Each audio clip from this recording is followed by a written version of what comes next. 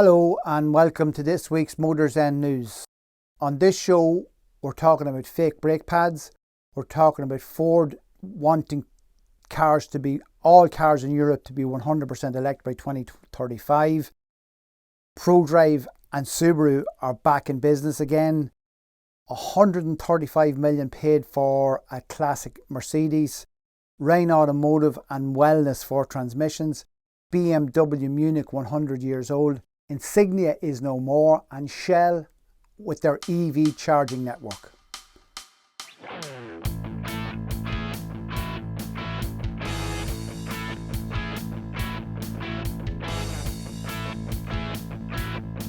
DBSA, Driver and Vehicle Standards Agency in the UK, has tested 8 different brake pads, 8 different manufacturers of brake pads.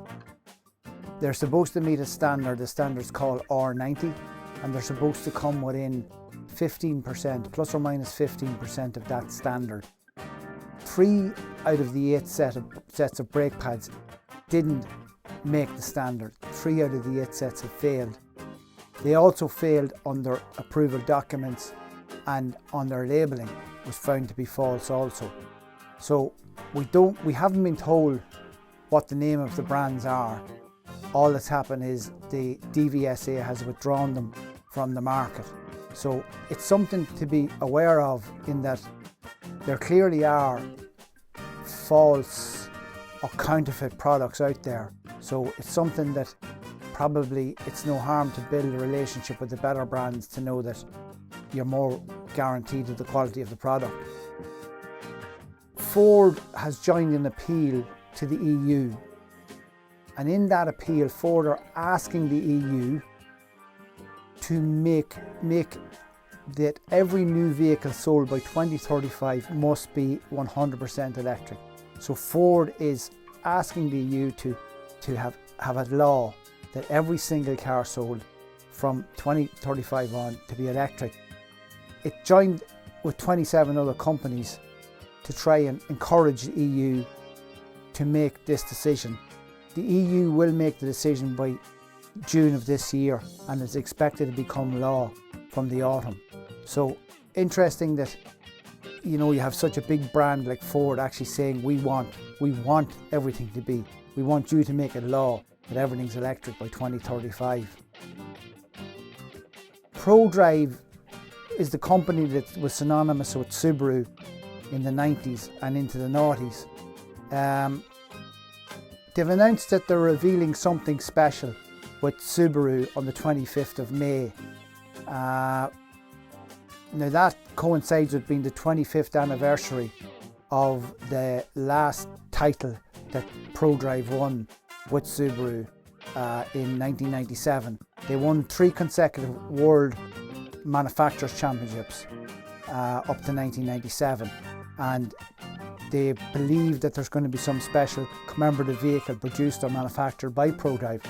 What's also interesting with this is Subaru have announced that they're going to stop making any WRX STI, Subaru Technical International vehicles from this year on. So maybe it's a space that Prodrive are going to start building some specialist vehicles for Subaru, but there's definitely something going to happen there from Prodrive in the week ahead. A 1955 Mercedes 300 SLR has just been sold at auction, and this car has become the world's most valuable car. It sold for 135 million euros at auction. It was in the Mercedes collection in Stuttgart in their own museum. The money that's been raised from this sale is going to be used in long-term educational research scholarships for young people in areas like environmental science and decarbonisation. But it beat the previous record, which was for a Ferrari 250 GTO, a 1962 Ferrari 250 GTO that sold in 2018 for 65 million. So 135 million, the most valuable car in the world. And also in keeping with auctions, in an auction in the UK this week, a motorcycle, a Honda RC30, which they describe it as only having push kilometres on it. So from that you take it, it's never been rode, it's never been underused, it's just been whatever's on the clock is what's on it from pushing it around. This bike was bought for £8,499 when it was new. The bike would be synonymous with Joey Dunlop and Carl Fogarty and people like that, so it was a very famous model in its day. It sold for £65,250. So a nice return on your £8,500 investment in 1990. Ryan Automotive in County Wexford are the people who look after MAI service equipment. They're the importers, distributors and service agents for the product in Ireland. And MAI are pushing the concept of wellness for transmissions. And what they're saying is that, look, you've got to communicate with your customer, you've got to advise them about getting their transmission serviced. Performance and efficiency of an automatic transmission can only be achieved if you do proper maintenance on that transmission. And I think it's a lesson that we're all having to try and learn ourselves and then pass that message on to our customers, because in a very short space of time, automatic transmissions are becoming a very big part of car park of vehicles in Ireland. I think the figures are for the last year or two of sales is about 50%. Be full traditional automatic transmission or DSG or the likes of power shift from Ford.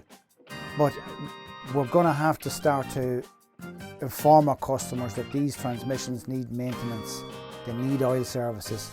The MAI machine guarantees zero cross-contamination, so if you change oil, if you go to do a transmission on another vehicle straight after, it will completely flush the system and make sure that there's no cross-contamination. It also has what MAI are calling a digital workshop concept. So be it Ryan Automotive in Wexford or head office can log into the machine if you have any problems and do remote maintenance on it. It's also Wi-Fi and Bluetooth enabled, so that's allowing it to make sure that the database is permanently updated. So every time there's a new update for the database, the machine will update that itself, so you never hit a situation where you don't have a particular model on your database.